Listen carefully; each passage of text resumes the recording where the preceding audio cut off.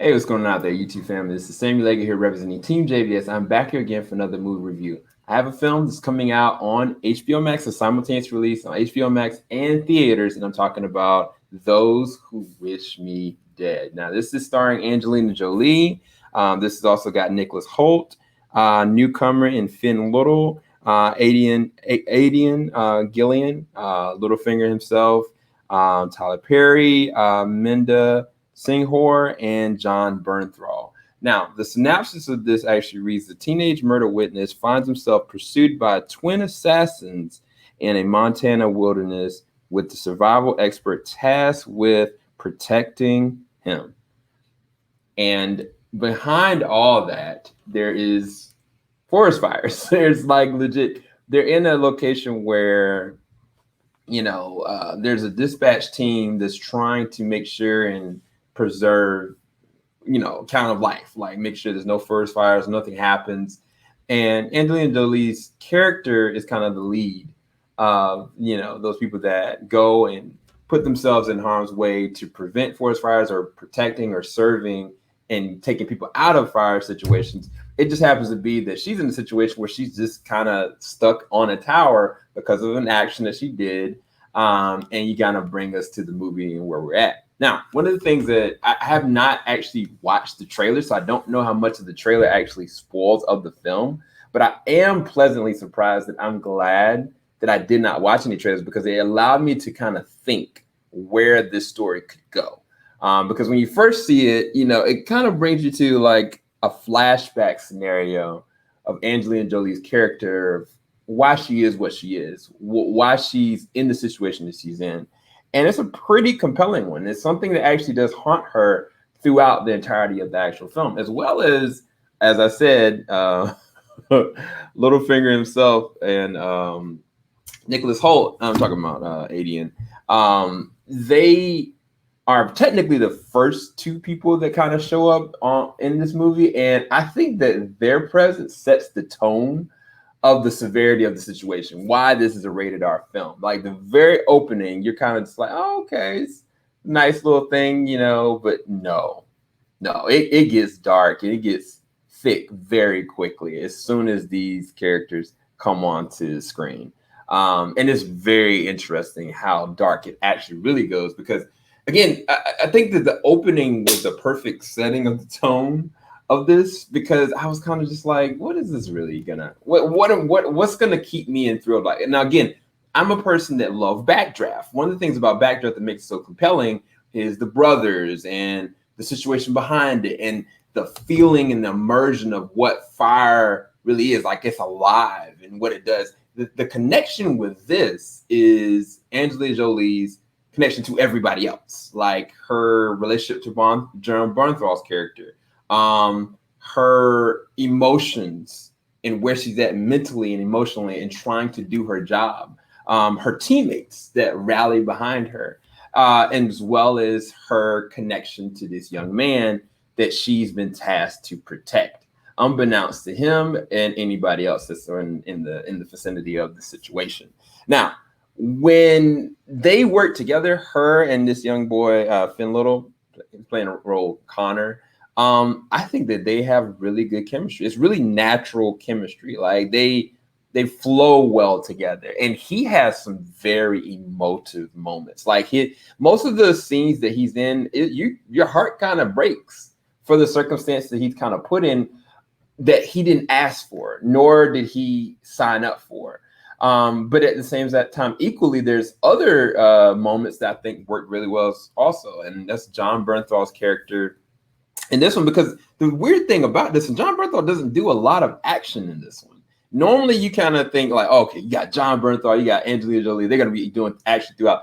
Not necessarily. Like, he's kind of put in a situation, and it's more so to try to protect as opposed to go on the offensive. Now, I will tell you this. Somebody that really surprised me is the person that's right next to him in Medina Singhor, playing the role of Allison. Oh my gosh, they do so much with her. Like, they do. Like, honestly, she might have stole the film from me. Like, I think some of the things that they do with her as a character it was the most thrilling parts of the film to me. I was kind of just like, especially the situation that she's actually in this film, that I was kind of just like, this is awesome. This is actually really compelling. I was like hanging on by a thin thread. And again, it's not to say that there isn't other than thrilling situations that happen. Angelina Jolie and Jon Bernthal, as well as all the other characters, are put in life death situations that are unrelenting. There are some really seriously messed up things that kind of happen on and to them throughout the film. And you're continuously kind of pondering, where is this going? How is this going to end?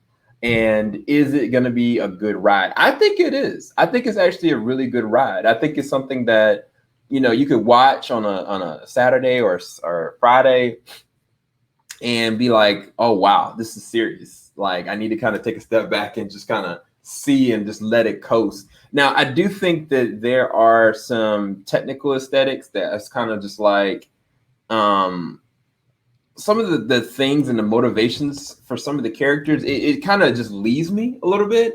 Like, what I mean by leaves me is that there are things that they do in this that I know this is based on the book. The book was written by Michael Corte.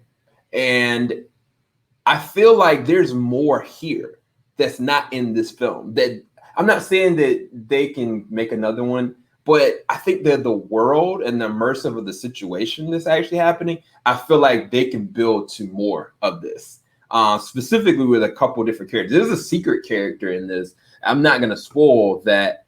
Definitely, I need to know what is the connection here? What is this really all about? And again, a part of this also ties to Finn Lode's character in this film as well. But then you have like characters, like I said, Nicholas Hoult, that he is cutthroat in this. He is taking no prisoners whatsoever. And I think that his performance commands that. I think he felt like a military soldier that was like tasked with something that he had to take care of by any means necessary. And he is unforgiving.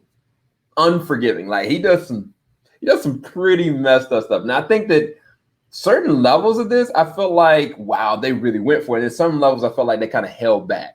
I think specifically with Jon Bernthal and Angelina Jolie, I was glad to see them back and forth. But it really, honestly, Jon Bernthal's character, I don't know. There's moments where I felt like he was absolutely needed, and there's moments I felt like he wasn't. But for the most part, it functioned for the film. But I kind of was like, man, you could do so much more with him as an actor. But I think that, it was a pleasant surprise to see what they did do with him and why. I think you'll understand when you see it. And again, a part of that, Medina's character, I commend them for that.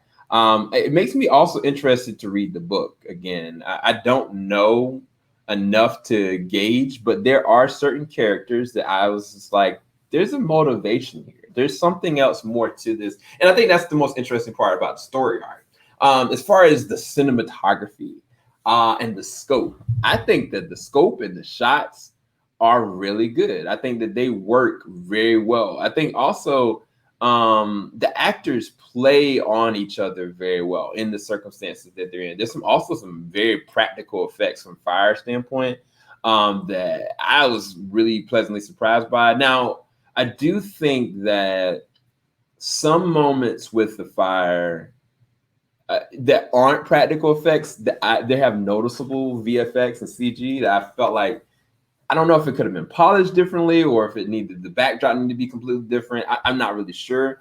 It may have been a tone situation if they had maybe shot it at nighttime, because there are some interesting nighttime shots of a fire situation that worked really well. But then there are certain moments where it's just kind of like it's a little bit too much on the heavy-handed side of CG, and that might be because you cannot technically control a forest fire. Countless lives have been lost because of forest fires, specifically in the West. And so that may be a catalyst to why they chose to do that. But as far as the scope of it and the actual shots, I think they did a really good job. Also the score. I think the score was actually done pretty well for this one. I would definitely watch this again. I'd rest this at like a 7.5 or 8 out of 10. I actually really did enjoy this film. I do want to see it again because I feel like there's some things that I definitely did miss. But I could be wrong. Maybe it's something that you guys might be able to tell me in the comment section below. Let me know what you guys think of Those Who Wish Me Dead, and definitely go and check it out safely if you're going to the movie theaters. But you will be able to have the opportunity to watch it on HBO Max if you do have the subscription service. Okay, guys? Talk to you guys later. Make sure you leave a like, subscribe, hit that bell button, keep it locked. JVS, we ain't gonna stop. I have a lot more reviews coming. Peace, guys.